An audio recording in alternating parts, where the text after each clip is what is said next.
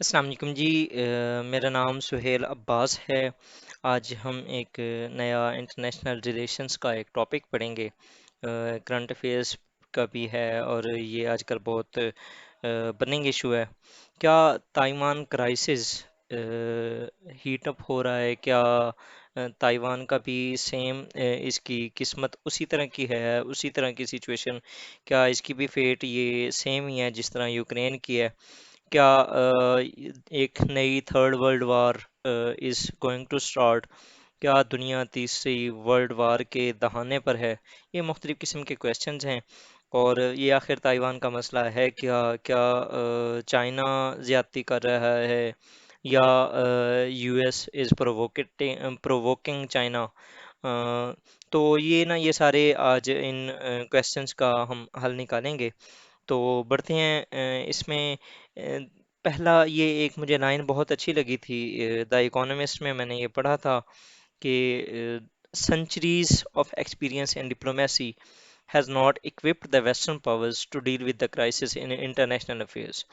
International affairs میں جو اتنا عرصہ مطلب کہ رول کرنے کے ساتھ ساتھ اب یہ centuries of experience has not even equipped the western powers, کہ انٹرنیشنل افیئرس میں جب کوئی کرائسس ایمرج ہوتا ہے تو اس کو حل کس طرح کرتے ہیں۔ پہلے جو یوکرین والا کرائسس تھا وہ انہوں نے اپنی بڑی گیم تو کھیل لی، لیکن اس ٹائم وہ یوکرینی زیادہ تر بھگت رہے ہیں۔ اور اس کے علاوہ پوری دنیا کے اندر جو اکانومک ریسیشن ہے، جو اس کے علاوہ food crisis is about to happen, آپ کی آئل پرائسز اس ٹائم آل ٹائم ہائی ہیں۔ تو یہ جو سارا کچھ ہے نا، یہ صرف بیسیکلی اگر اس کو دیکھا جائے تو ان کے پیچھے وہی گریٹ گیم ہی چل رہی ہے جو کہ اس ٹائم یو ایس اپنی ایک ہیجیمونک پاور کو مینٹین کرنے کے لیے کر رہا ہے۔ انشاءاللہ ہم یوکرین کا بھی ٹاپک ان قریب بہت ہی جلد اس کے اوپر بھی کریں گے ڈسکس۔ تو یو ایس سے کیا یہ جو کرائسس ہے یہ یو ایس جان بوجھ کے کریٹ کر رہا ہے؟ کہ اس ٹائم آلریڈی جیسے آپ دیکھ سکتے ہیں کہ آپ نے ابھی ایکسپیرینس بھی کیا ہوگا کہ کووڈ 19 رہا ہے، اس کے علاوہ اکانومک ریسیشن یہ 20 آفٹر ورلڈ وار ٹو، یہ کافی ایک اکانومک ریسیشن تھا جو کہ ہم نے کووڈ 19 کے امidst میں دیکھا۔ اس کے علاوہ رشیا یوکرین وار، مطلب کہ ملٹیپل کرائسس اس ٹائم چل رہے ہیں۔ ابھی دنیا صرف ان پچھلے کرائسس سے نکلنے کی کوشش میں ہے کہ ایک نیا کرائسس جنم لے رہا ہے۔ آل دو کہ یہ ہیٹنگ اپ ہو رہا تھا ٹرمپ کے ایرا میں بھی، لیکن اس طرح نہیں تھا جس طرح کے بائیڈن کے اس ایرا میں سٹارٹ ہو رہا ہے۔ تو اس کی کوئی تھوڑی بہت ہسٹری دیکھتے ہیں کہ آخر تائیوان کا ایشو ہے کیا۔ تائیوان اوورال یہ پہلے چائنا کے انڈر ہی رہا، لیکن چائنا اور جاپان کے درمیان ایک وار ہوئی تھی 1895 میں۔ اس میں ایک ٹریٹی آف شیمونوسیکی کے تحت جاپان، یہ جو تائیوان تھا یہ ہینڈ اوور ہو گیا جاپان کو، اور اس کے بعد اس کے اوپر جاپان ہی رول کرتا رہا۔ لیکن جب سیکنڈ ورلڈ وار ٹو ہوئی تو اس ٹائم جاپان کیونکہ کافی ایک ایسی کنڈیشن میں تھا کہ وہ سرنڈر میں تھا۔ اس سے پہلے ہی تقریباً 1943 میں فرینکلن ڈی روزولٹ یو ایس کا president, Winston Churchill of Britain and Chiang Kai Shek یہ لیڈر تھا چائنا کا جو اس ٹائم چائنا کو رول کر رہا تھا، یہ تینوں ملے اور انہوں نے نا ایک ڈیکلیریشن سائن کی جس میں انہوں نے کہا کہ جتنی بھی ٹیریٹریز جاپان نے چائنا سے لی تھیں، جن میں منچوریا تھا، جن میں فارموسا تھا جو کہ تائیوان جس کو اس کا پرانا نام ہے، اور ایک تھا پیسکاڈورس، یہ 90 آئیلینڈز کا ایک آرچیپلاجو ہے، یہ بھی تائیوان اسٹریٹ میں ہے۔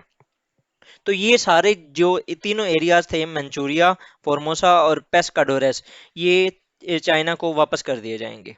کائرو ڈیکلیریشن کی جو کنفرمیشن تھی وہ پوسٹ سیم ڈیکلیریشن تھی جو کہ آفٹر دا جاپان سرنڈر، جب جاپان نے سرنڈر کر دیا اس ٹائم یہ کنفرم کیا تھا ویسٹرن لیڈرز نے کہ Taiwan to be administered by Republic of China. پھر یہ سسٹم چلتا رہا 1945 سے 50 کے درمیان، یہ جو چیزیں تھیں یہ اسی طرح سموتھ رہیں۔ لیکن 1949 کے اندر کیا ہوتا ہے کہ چائنا کے اندر انقلاب آ جاتا ہے اور وہاں پر جو گورنمنٹ آ جاتی ہے وہ آ جاتی ہے کمیونسٹ گورنمنٹ آ جاتی ہے انڈر دا ماؤ زیڈونگ۔ اور چائنیز کمیونسٹ پارٹی جو ہوتی ہے وہ پاور میں آ جاتی ہے۔ اور اسی کے ساتھ ساتھ دوسرا ایک ایونٹ ہوتا ہے، وہ ہوتا ہے 1950 کے اندر کوریا وار، جس نے سچویشن کو نا ڈریسٹیکلی وہ چینج کر دیتی ہے۔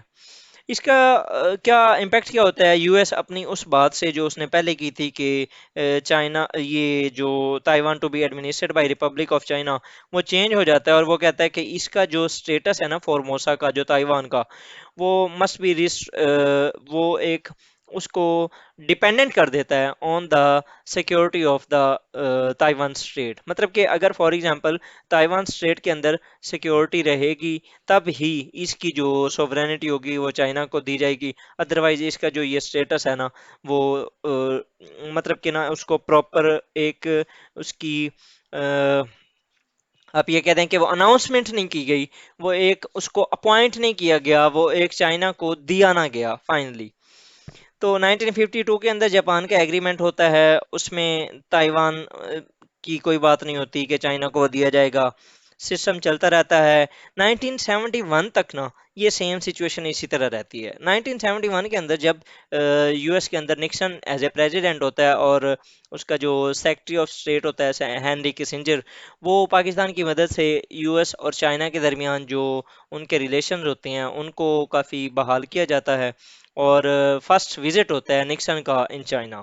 اس ٹائم تک جو اوور آل یو این کے اندر اور اوور آل جو چائنا کو کنسیڈر کیا جاتا ہے، وہ تائیوان کے اندر جو کمیونسٹ سے بھاگ کر ایک انڈر چینگ کائی شیک، جو گورنمنٹ، وہ جو لیڈر تھا نا ڈیموکریٹک لیڈر، وہ جب یہاں پر آتا ہے تو وہ اپنی حکومت کر رہا ہوتا ہے تائیوان میں، تو وہ اس کو ایز اے چائنا کنسیڈر کیا جاتا ہے۔ لیکن 1972 میں جب نکسن وزٹ کرتا ہے تو یو ایس ایکنالج کرتا ہے چائنا کو، اور اس کے بعد ایک شنگھائی کمیونیک، یہ شنگھائی کمیونیک یہ ایک پریس کانفرنس تھی جو 1972 کے اندر دونوں پریزیڈنٹس نے کی تھی، جو ادھر سے چائنا کے ماؤ زے ڈونگ اور یو ایس کے پریزیڈنٹ نکسن، انہوں نے کی، اور اس کا جو ٹیکسٹ تھا وہ وہ ڈیسائیڈ کیا تھا بائی چو این لائی جو چائنا کا پرائم منسٹر تھا، اور ہینری کسنجر جو یو ایس کا سیکٹری آف اسٹیٹ تھا۔ اس شنگھائی کمیونیک میں یہ ایکنالج کیا گیا کہ جو تائیوان کی اسٹیٹ ہے وہ is a part of China, the U S A government does not challenge that position. Shanghai communique was based on one principle, one China, ergo Taiwan was a part of China. اور اس بیس پہ Japan کو بہت ایک عجیب سا فیل ہوا، وہ سرپرائز ہوا اس شنگھائی کمیونیک پہ کی وجہ سے۔ فور ڈیکٹس واشنگٹن جو ہے اس نے اس پالیسی کو فالو کیا، پھر اس کے بعد یو ایس کو ڈیفیٹ ہوئی کولڈ وار میں، یو ایس ایس آر کو ڈیفیٹ ہوئی کولڈ وار میں، اور U S as a unipolar moment اس نے انجوائے کیا۔ اب اس دوران میں یو ایس کے چائنا کے ساتھ ریلیشنز جب سٹیبل ہوئے، اور یو ایس ایس آر کو ڈیفیٹ، اس دوران میں جو ایک چائنا کے اندر لیڈر ایک ایمرج ہوتا ہے، وہ ہوتا ہے ڈینگ شیاؤ پنگ۔ ڈینگ شیاؤ پنگ کیا کرتا ہے کہ وہ جو ان کی کمیونزم ہے اور جو آپ کی کیپٹلزم ہے، وہ ایک مطلب کہ نا کنٹرولڈ کیپٹلزم کو استعمال کرتے ہوئے وہ اپنے چائنا کے اندر ایک آپ ایسے سمجھیں کہ ایک انقلاب، اکانومک ریولوشن کریٹ کرتا ہے، اور اس اکانومک ریولوشن کے ذریعے China as a world economy بن کے ابھرتا ہے۔ یہ جو چائنیز رائز ہے یہ یو ایس کو اچھا نہیں لگتا، اس کو نہیں بھاتا، جو کہ آلریڈی ایک اپنے دشمن سے نبرد آزما ہو چکا ہوتا ہے، اور اس کا ایک مورال بہت ہائی ہوتا ہے۔ تو 1995 کے اندر جو ہے تائیوان کا ایک لیڈر ہوتا ہے، وہ وزٹ کرتا ہے چائنا کو، تو یہ چائنا کو برا نہیں لگتا، وہ اس کے خلاف اس کے ریئیکشن میں وہ کچھ ملٹری ڈرلز کرتا ہے۔ اسی طرح 1996 کے اندر جو یو ایس ہے، جب اس کا ریئیکشن چائنا کا دیکھتا ہے، تو یو ایس اپنے کچھ جو ایئر کرافٹس ہیں وہ تائیوان اسٹیٹ میں بھیج دیتا ہے، جو کہ آج تک وہاں پر گھوم رہے ہیں۔ 2008 سے 2016 تک کی جو سچویشن ہے وہ کچھ نارمل سی رہتی ہے، لیکن 2016 کے اندر پھر ایک ایونٹ اس طرح کا ہوتا ہے کہ ایک پرو انڈیپینڈنس لیڈر ان تائیوان وہ ایمرج ہوتے ہیں۔ وہ سب سے پہلے دسمبر 2016 میں ٹیلی فون کرتے ہیں ٹرمپ کو اس کے ایز اے پریزیڈنٹ الیکٹ ہونے پر، اس کو کانگریچولیشنز، مطلب کہ وہ پریزنٹ کرتے ہیں. اس کے علاوہ نمبر آف لیجسلیشنز ہوتی ہیں ان دا فیور آف تائیوان. اور یہ بیسیکلی ٹرمپ کی اس انڈو پیسیفک پالیسی کی مد میں ہوتی ہیں جو کہ اس نے آلریڈی اپنے ایک الیکشن مینیفیسٹو کے اندر اس نے بیان کی ہوئی ہوتی ہیں کہ میں چائنا کے ساتھ ایک بہت ہی آئرن ہینڈ کے ساتھ اور اس کو اپنا اپنا ایک جو اثر و رسوخ ہے وہ دکھاؤں گا. وہ ہمارے لیے ایک مطلب کہ مسئلہ بن چکا ہے اور وہ ہمیں ہماری پاور کو ہمارے لیے نا ایک خطرہ بن چکا ہے. تو جنوری 2021 بائیڈن وہ فرسٹ پریزیڈنٹ ہے in the history of U S A کہ جس نے ہوسٹ کیا تائیوان کے انوائے کو ایٹ ہز انیگوریشن. تو یہ تھی ابھی تک کی جو ہسٹری ہے تائیوان کی. فردر جو ہم ہے اس کا اگلے انشاءاللہ تعالی بفضل خدا کلاس میں کریں گے. اللہ حافظ.